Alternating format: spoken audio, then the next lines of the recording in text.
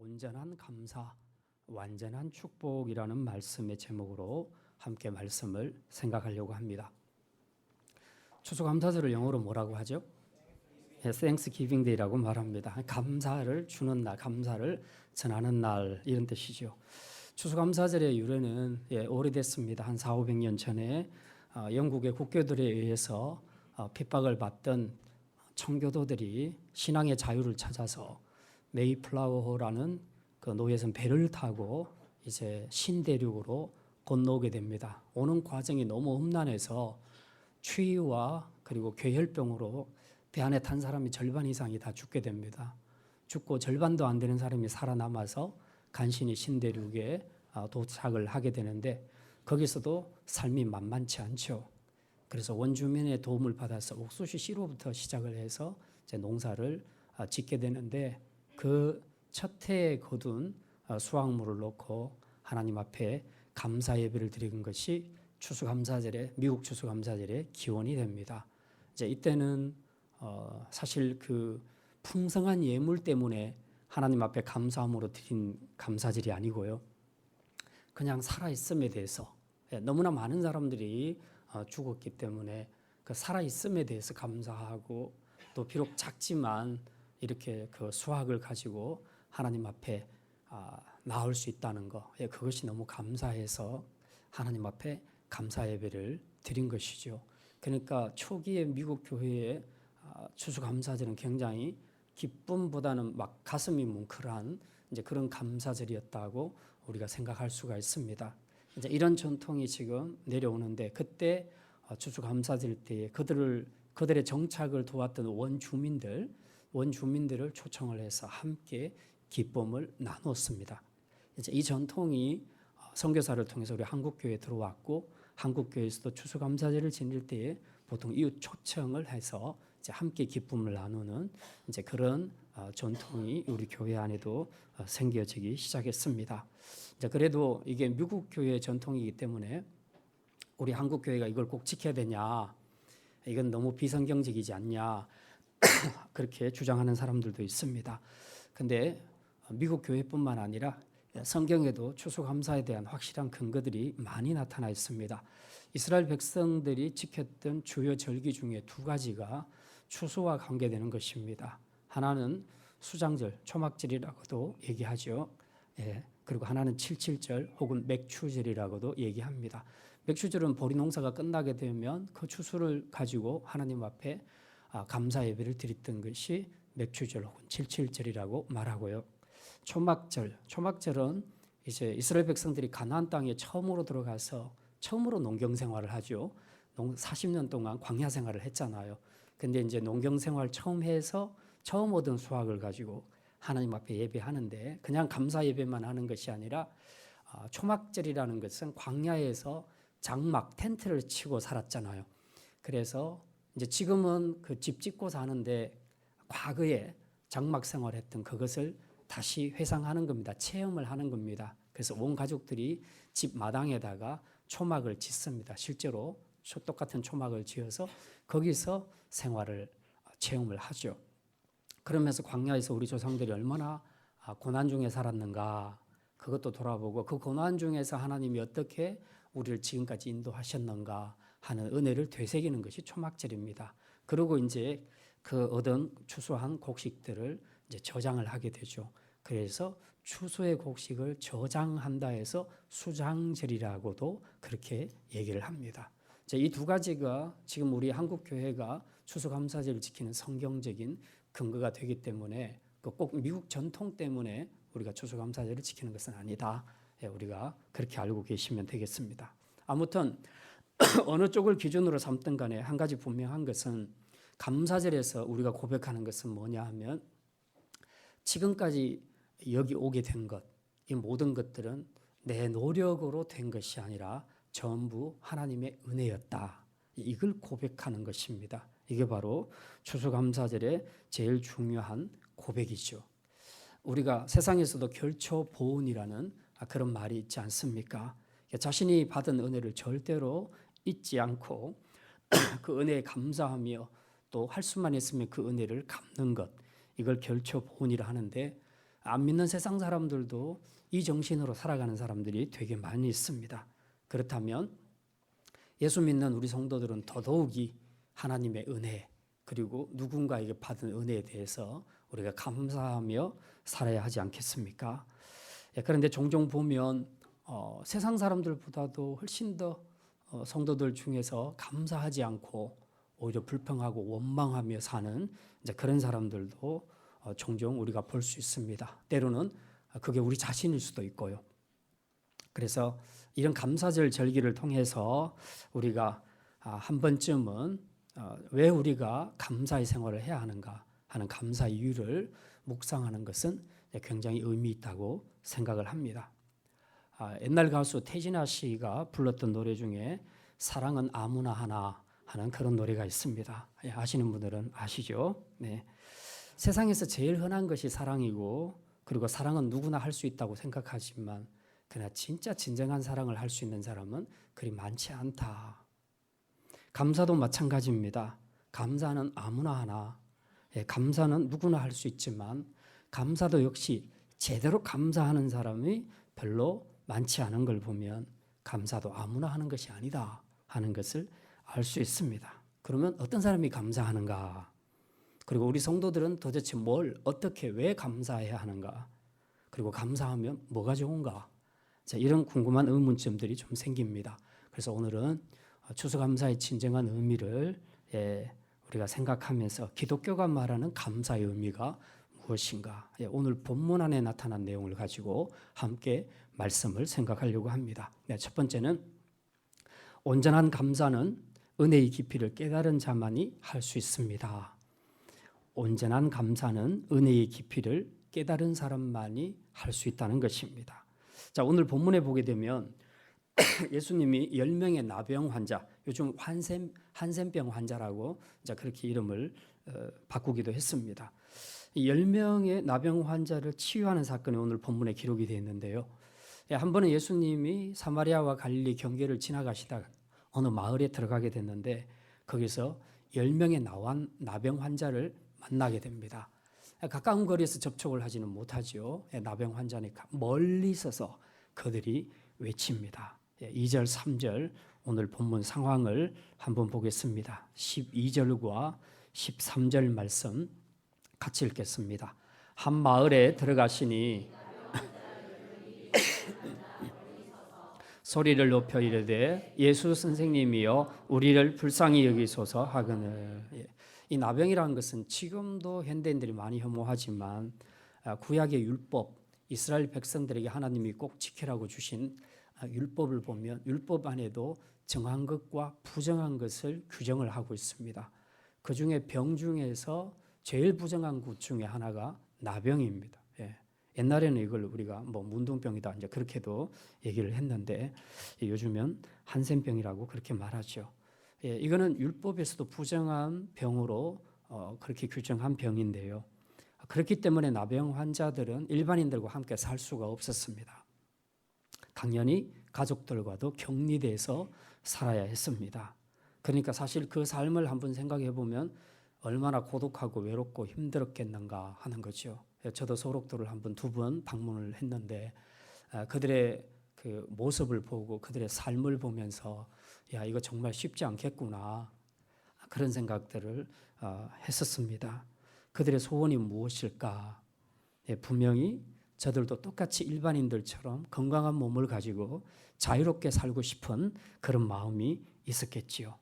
자, 이런 소원을 갖고 살아가고 있지만 그 소원이란 것이 이루어지기가 어려운 것이 현실이죠. 지금도 나병 환자가 얼마나 나올 수 있을는지 저는 잘 모르겠습니다. 근데 이 동네에 예수님께서 지나가신다는 소문을 이 사람들이 듣게 된 겁니다. 그래서 이 사람들이 적극적으로 지금 예수님의 이름을 부릅니다. 예수 선생님이여 우리를 불쌍히 여기소서. 이들이 이렇게 간절히 부르짖는 이유는 예수님에 대한 소문을 들었기 때문입니다. 어떤 소문입니까? 예수님이 가는 곳에는 질병이 다 치유가 되고 귀신도 쫓겨나고 그리고 엄청난 기적들을 행하게 되더라 하는 이 소문을 들으니까 그렇다면 그 예수님이 능력 많으신 예수님이 나의 이 나병도 못 고쳐주시랴 그렇게 생각하고 그런 마지막 한 가닥의 소망을 가지고 예수님 앞에 간절히 부르짖는 겁니다. 그러니까 멀리서 여기 12절에 보니까 예수님과 가까이 할 수가 없었죠. 부정한 자니까. 그래서 멀리 서서 대신에 예수님의 관심을 끌어야 되기 때문에 큰 소리로 부르짖을 수밖에 없었습니다. 굉장히 딱한 상황이고 절박한 상황이라는 것을 알 수 있습니다. 이렇게 큰 소리로 절규할 때에 예수님께서 이 절규를 들으시고 이렇게 말씀하십니다. 14절 말씀 우리 같이 읽겠습니다. 보시고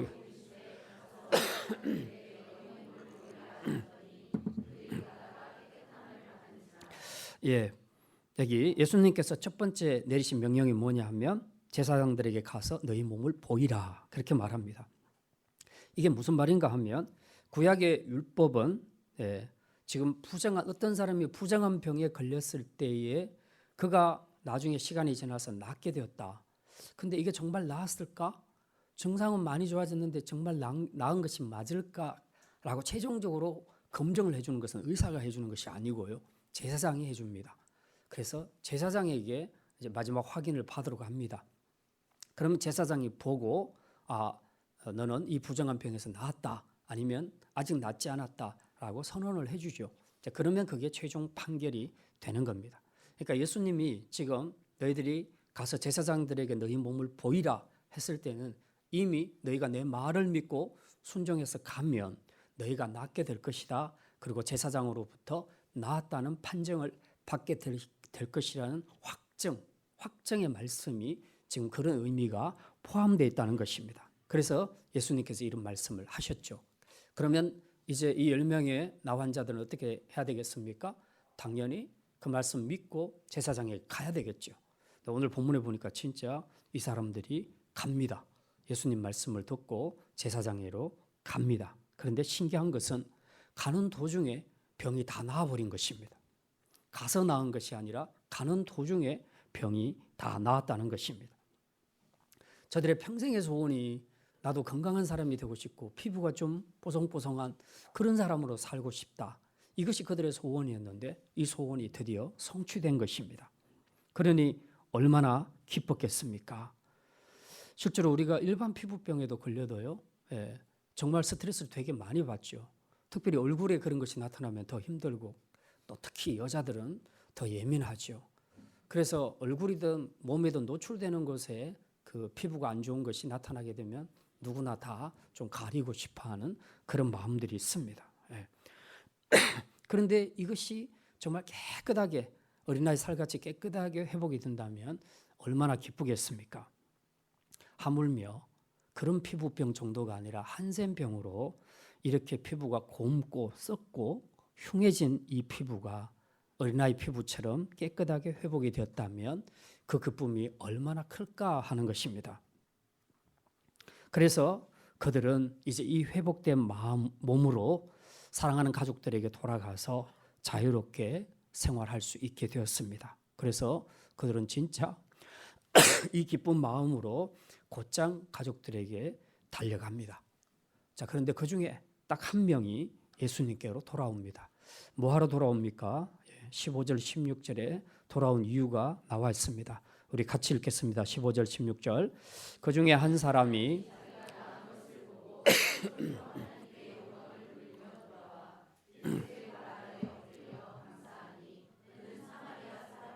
그가 돌아온 것은 뭐 때문에 돌아왔다고 합니까? 하나님께 영광 돌리고 자기를 치유해 주신 예수님께 감사하기 위해서 돌아왔다고 합니다. 근데 참 이상하지요. 왜 10명이 다 치유를 받았는데 왜 한 명만 돌아왔을까 하는 겁니다. 그래서 예수님도 이 부분이 너무 의아했습니다. 그래서 17절, 18절에서 예수님도 이런 질문을 던지십니다. 우리 17절과 18절 같이 읽겠습니다. 예수께서 대답하여 이르시되 10사람이 다 깨끗함을 받지 아니하였느냐? 그 9은 어디 있느냐? 이 이방인 외에는 하나님께 영광을 돌리러 돌아온 자가 없느냐 하시고, 이 17절과 18절 말씀을 보니까 예수님이 궁금하게 생각하시는 그 의문점이 두 가지입니다. 하나는 왜 은혜 받은 사람이 10명인데 한 명만 감사하냐? 이게 지금 궁금했고요.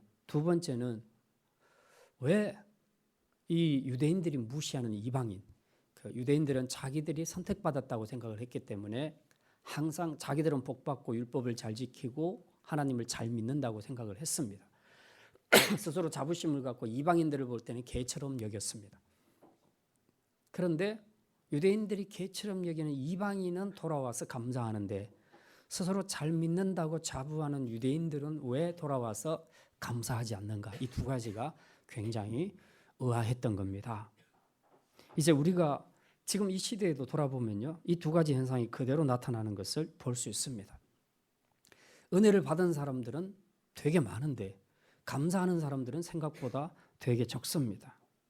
만약 지금 이 세상에 사는 사람들이 자기가 감사할 일, 그 은혜 받은 일들을 다 기억하며 늘 감사하며 산다면 아마 지금보다 세상은 훨씬 더 아름답게 변해 있을 겁니다. 아주 밝게 변해 있을 겁니다.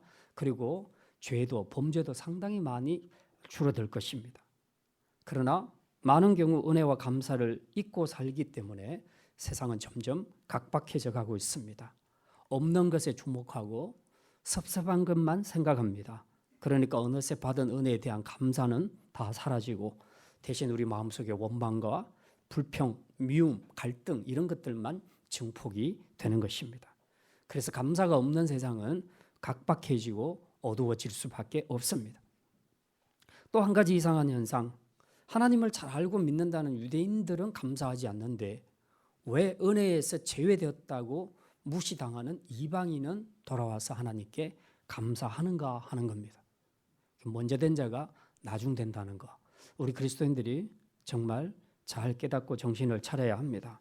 세상 사람들도 감사할 줄 알고 또 그 은혜에 대해서 항상 갚으려고 하는데 왜 믿는 사람들이 감사할 줄을 모르고 늘 불평하며 원망하며 사는가 하는 겁니다. 이렇게 되면 우리가 안 믿는 사람들에게 무슨 희망을 전해줄 수 있을까요? 어떻게 세상을 변화시켜 갈 수 있겠습니까? 우리가 종교적으로 오랫동안 신앙생활을 했다는 그 경력, 그리고 성경에 대해서 교회 관습에 대해서 많이 알고 있다는 바로 그것 자체가 우리의 신앙의 기준이 될 수는 없다는 것입니다. 우리가 아는 대로 믿고 허락하신 환경에 대하여 감사하고 사는 것, 그것이 진짜 믿음이라는 것입니다. 어쨌든 다수의 은혜 받은 이 9명의 사람과 그리고 감사하러 온 이 사마리아 사람, 이 한 사람, 이들 안에는 분명한 확연한 차이가 있었습니다. 그게 뭔가? 그것은 바로 은혜를 깊이 깨닫는 데서 나오는 감사의 영성이 한 사람에게는 있었고 한 부류에게는 없었다는 것입니다. 예수님께 돌아와 감사한 이 사람은 자신에게 일어난 놀라운 이 치유 사건을 통해서 지금 중요한 진리를 하나 깨닫습니다. 자기가 받은 은혜가 뭔가를 생각합니다. 그리고 그 은혜를 깊이 묵상했습니다. 그는 정말 생각할 수 있는 은혜의 일을 깊이 묵상해낼 수 있는 그런 영성을 가진 사람이었습니다. 도대체 나에게 일어난 이 엄청난 치유가 어떻게 해서 일어났을까? 저렇게 치유하시는 저분은 도대체 누구일까? 내 육체의 부정함과 더러움을 깨끗하게 치유시켜 줄 수 있는 분이라면 저분은 하나님이 아니겠시겠는가? 그의 생각이 여기까지 미쳤을 때에 그는 가족들과의 기쁨의 상봉도 미룬 채 하나님께 영광 돌리며 예수님께 달려와서 발 아래 엎드려 경배할 수 있었다는 것입니다. 자신 안에 일어난 은혜의 일을 묵상해낼 수 있는 사람, 생각할 수 있는 사람, 바로 그런 사람이 감사할 수 있다는 것입니다. 그래서 감사는 아무나 하는 것이 아니라 은혜를 생각할 줄 아는 사람, 성숙한 생각을 가진 사람만이 할 수 있다는 것입니다. 우리가 영어로 생각하다는 think라고 얘기하고 감사하다는 thank유라고 얘기합니다. think와 thank는 그 스펠 하나 차이입니다. 하나는 A가 들어가 있고 하나는 I가 들어가 있습니다. 그런데 이 둘은 굉장히 긴밀한 연관성을 가집니다. 즉 다시 말해서 깊이 think 할 수 있는 사람이 thank you 할 수 있다는 거죠. 하나님의 은혜를 깊이 생각할 수 있는 사람, 그런 성숙한 사람만이 진정으로 하나님께 감사할 수 있다는 것입니다. 그렇습니다. 많은 경우에 우리가 감사하지 못하고 사는 것은 우리가 누군가에게 받은 도움과 은혜를 깊이 생각하지 않기 때문입니다. 가볍게 생각하기 때문에 그렇습니다. 자신이 받은 도움이 얼마나 큰 것인지, 또 저 사람이 나를 도울 때는 얼마나 많은 희생의 대가를 지불했었는지, 그리고 내가 만약 이 은혜를 입지 않았다면 나는 지금 어떻게 살고 있을까? 이런 깊은 생각들을 할 수 있는 사람, 이런 사람들이 은혜의 가치를 깨달아서 진심으로 감사할 수 있게 되는 것입니다. 그러니까 모든 것을 믿음으로 생각하고 하나님의 일하심을 신뢰하면서 주어진 상황이 하나님이 허락하신 최선인 줄 알고 그렇게 우리가 하나님 앞에 묵상하게 되면 우리가 어떤 상황 속에서도 하나님 앞에 감사할 수 있게 되는 것입니다. 이런 묵상과 감사가 우리 안에 계속해서 반복해서 이루어지게 되면 이게 내 인격이 되는 겁니다. 감사하는 인격이 되고 이 감사의 인격이 감사의 영성으로 발전할 수 있게 된다는 것입니다. 하지만 반대로 우리가 믿음으로 이런 생각하고 묵상하는 그런 것이 되어 있지 않는 사람들, 그저 보이는 대로 반응하고 그리고 느끼는 대로 행동하는 그런 사람들은 좋을 때야 감사하죠.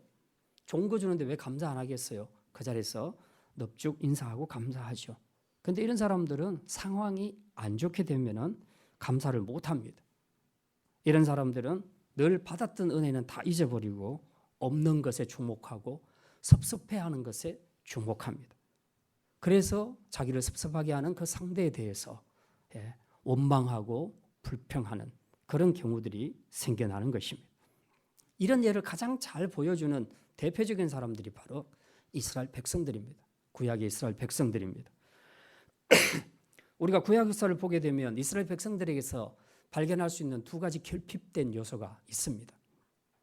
그게 뭐냐 하면 하나는 믿음 없음, 둘째는 감사 없음.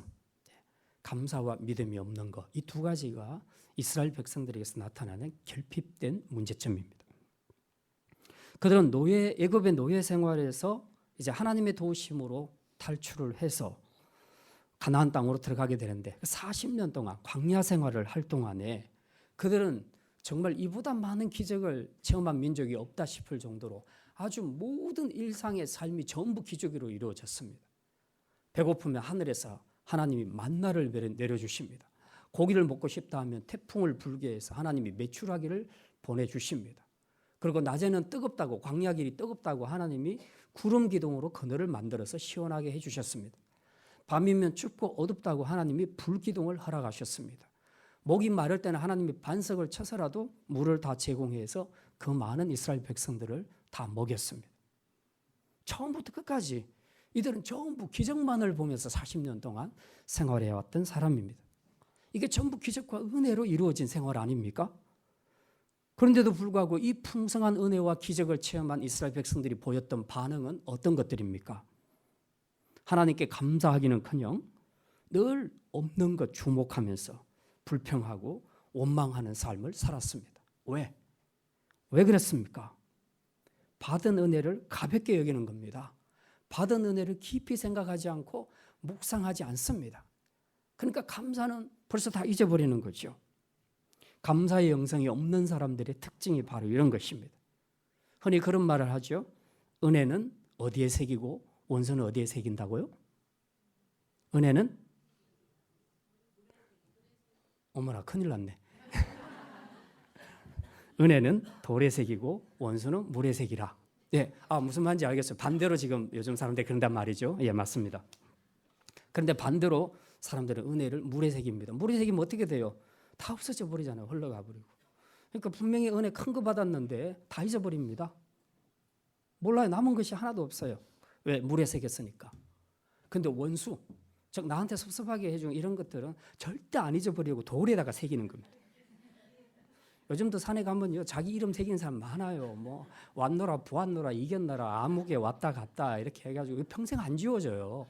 자연을 너무 훼손하면 안 돼요. 예. 이렇게 새기려면 자기 마음속에 돌에 은혜를 새겨야 하는 겁니다. 그러면 절대로 잊지 않잖아요. 늘 보게 되니까. 바로 이런 거죠. 근데 우리는 때때로 이런 은혜를 물에다 새기는 이런 실수를 할 때가 많이 있습니다.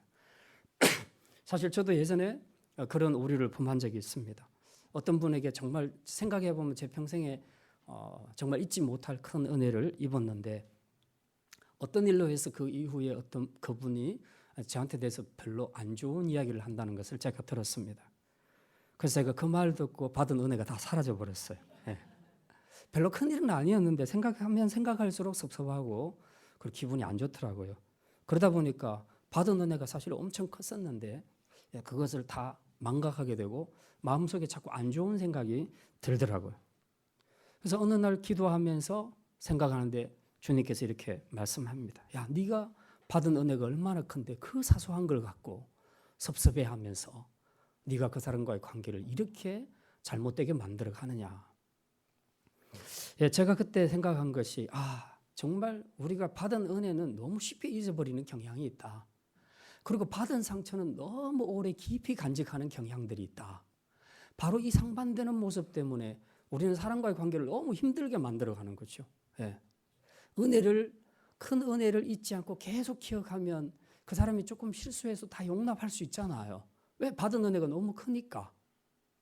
그런데 그거는 다 잊어버리고 조금 잘못한 것, 조금 섭섭한 것, 그거 가지고 두고 7박 8일 동안 그냥 묵상하고 금식하고 이러면서 기도하고 그게 무슨 기도할 겁니까?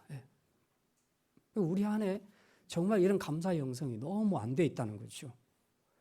우리가 받은 은혜를 깊이 묵상할 수만 있다면, 그래서 그 은혜의 가치를 알게 된다면 우리가 사소한 것에 대해서 섭섭해하고 또 그 사람과 관계를 파괴하는 이런 어리석은 행동을 하지 않게 될 것이라는 것입니다.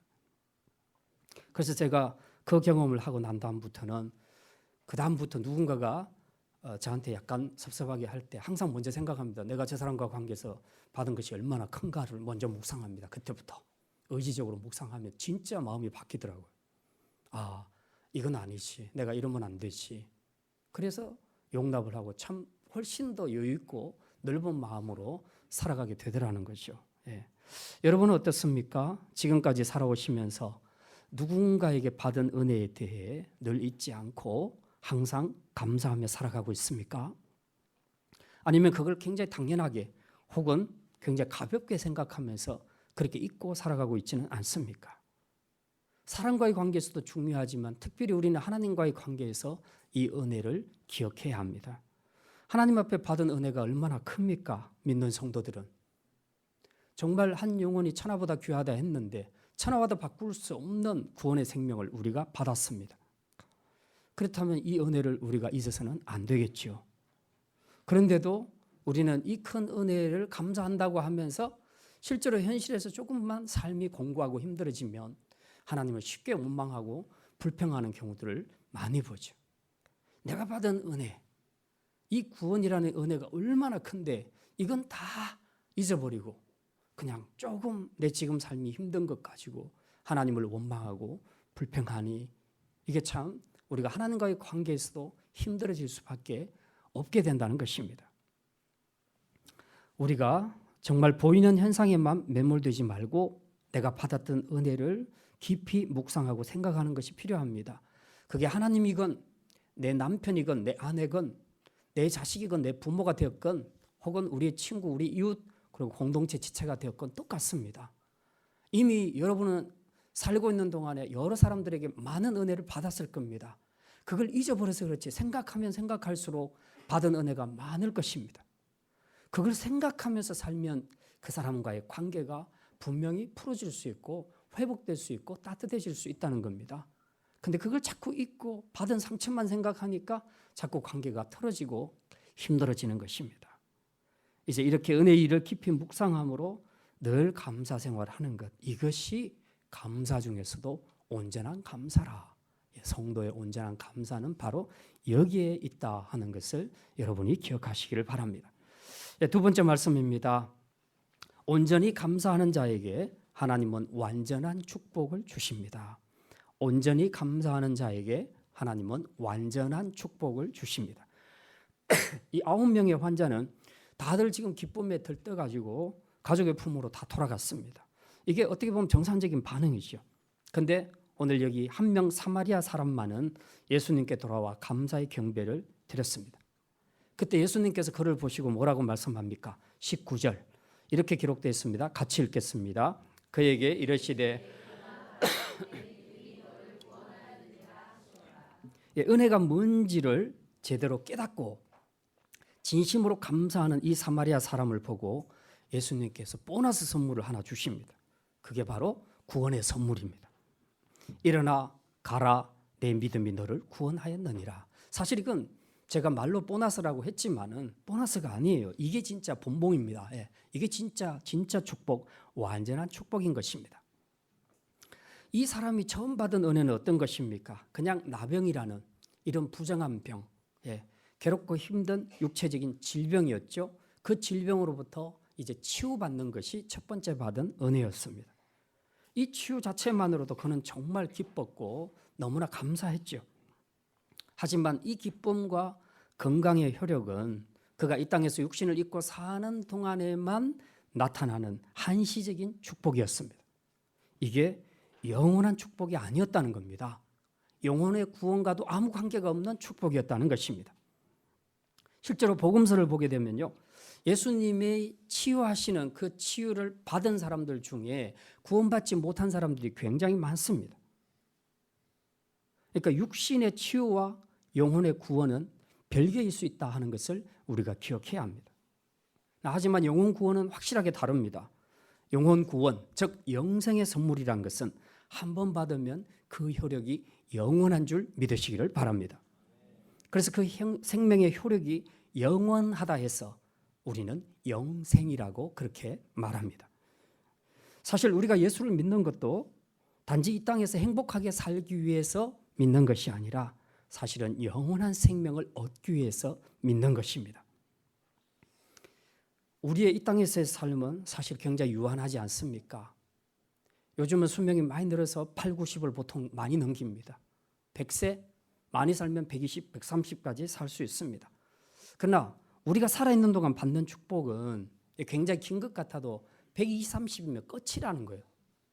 그게 끝입니다. 그리고 어느 정도 나이가 들면요, 그 다음부터 사는 것은 거의 숨만 붙어 있는 상황이죠. 그렇기 때문에 실제로 건강의 축복을 누리고 사는 것은 몇십 년 안 된다는 겁니다. 이거는 정말 유한한 축복이고 한시적이고 그리고 제한된 불완전한 축복이라는 것을 분명히 보여주고 있습니다. 하지만 영생은 다릅니다. 영생은 죽어서 저 세상까지 가서도 영원히 이어지는 것이기 때문에 인생에서 그 어떤 것과도 비교할 수 없는 가장 중요하고 근본적인 문제가 바로 영생의 문제, 구원의 문제라는 것입니다. 한 영혼이 천하보다 더 귀하다는 말은 바로 이런 뜻이죠. 천하를 다 줘도 한 영혼을 구원할 수가 없다는 것입니다. 그러면 이 중요한 영생의 문제, 구원의 문제는 우리가 어떻게 해결받을 수 있겠습니까? 이게 우리가 찾아야 할 답이죠. 이 구원의 문제에 관해서 성경은 이렇게 말합니다. 오직 예수 그리스도를 통해서만 구원을 받을 수 있다, 영생을 얻을 수 있다라고 말씀합니다. 주 예수를 믿으라, 그리하면 너와 내 집이 구원을 얻으리라.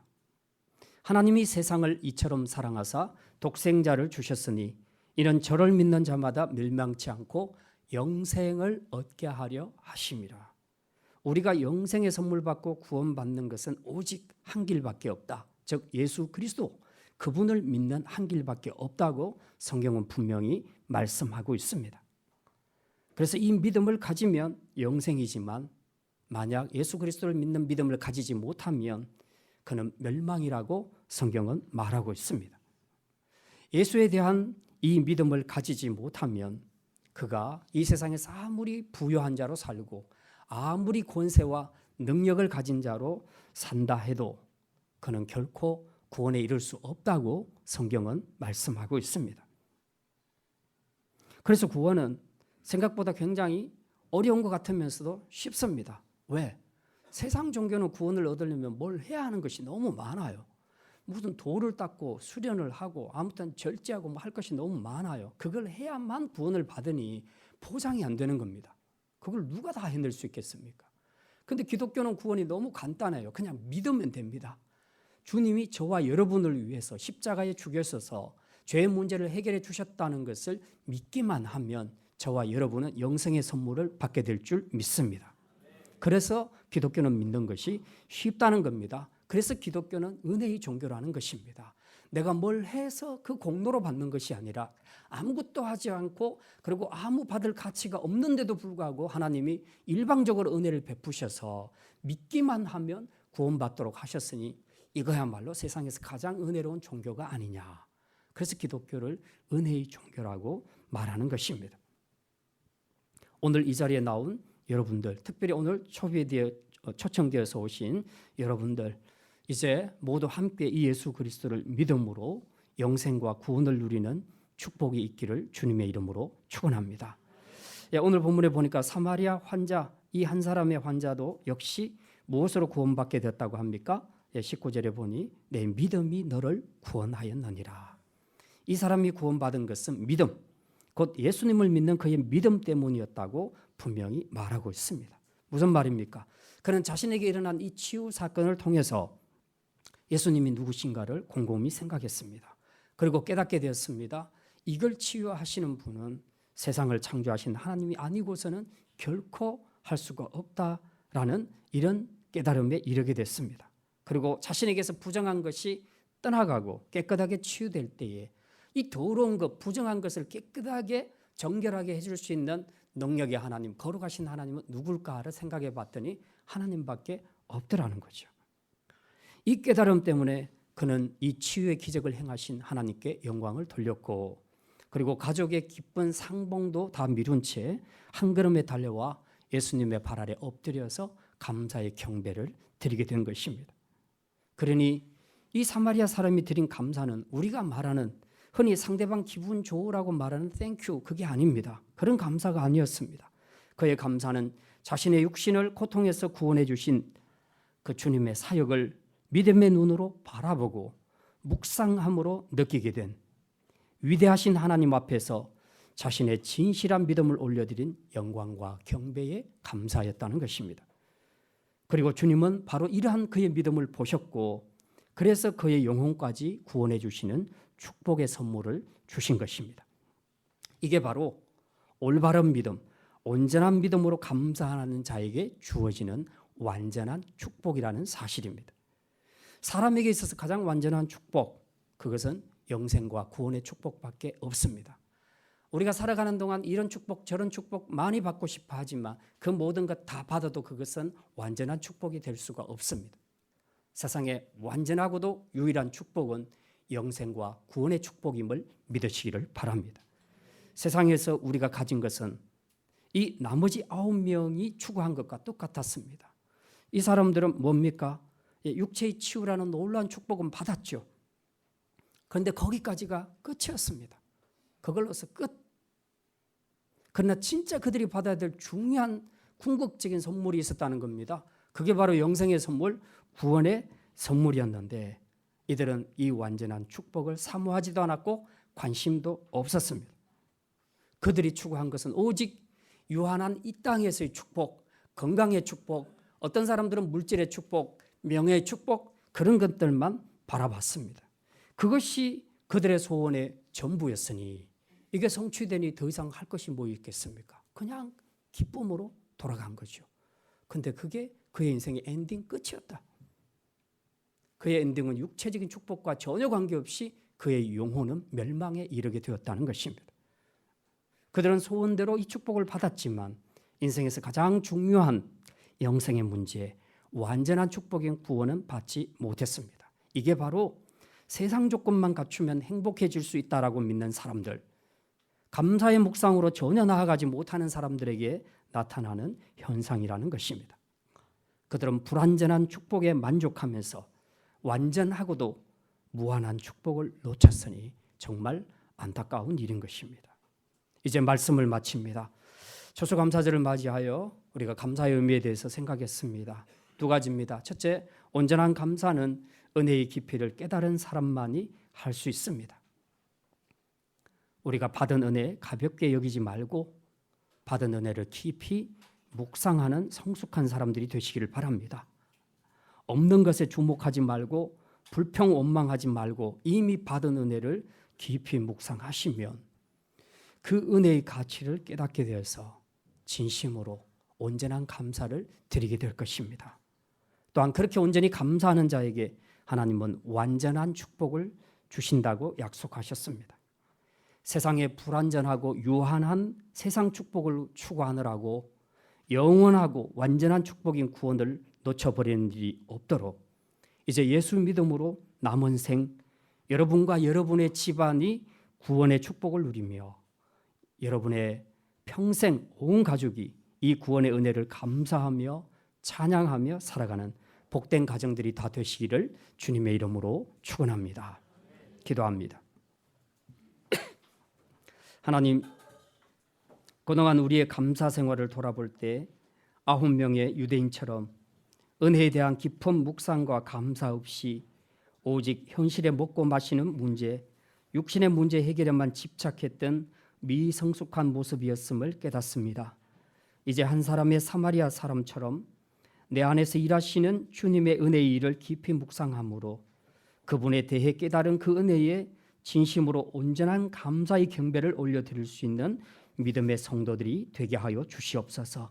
이런 온전한 감사를 드리는 자들에게 하나님은 땅에서 누릴 유한하고 불완전한 축복이 아니라 영원하고 완전한 축복인 구원을 주신다는 진리를 깨닫고 특별히 오늘 초청되어 온 모든 신명들에게 믿음으로 결단하게 하셔서 이제 없어질 이 땅의 것에 대한 우리의 남은 생 집착하지 말고 죽음 이후에까지라도 유효하게 이어질 영원한 생명, 영원한 나라를 바라보며 사는 완전한 축복의 사람, 구원의 사람들로 살아갈 수 있도록 인도하여 주시옵소서.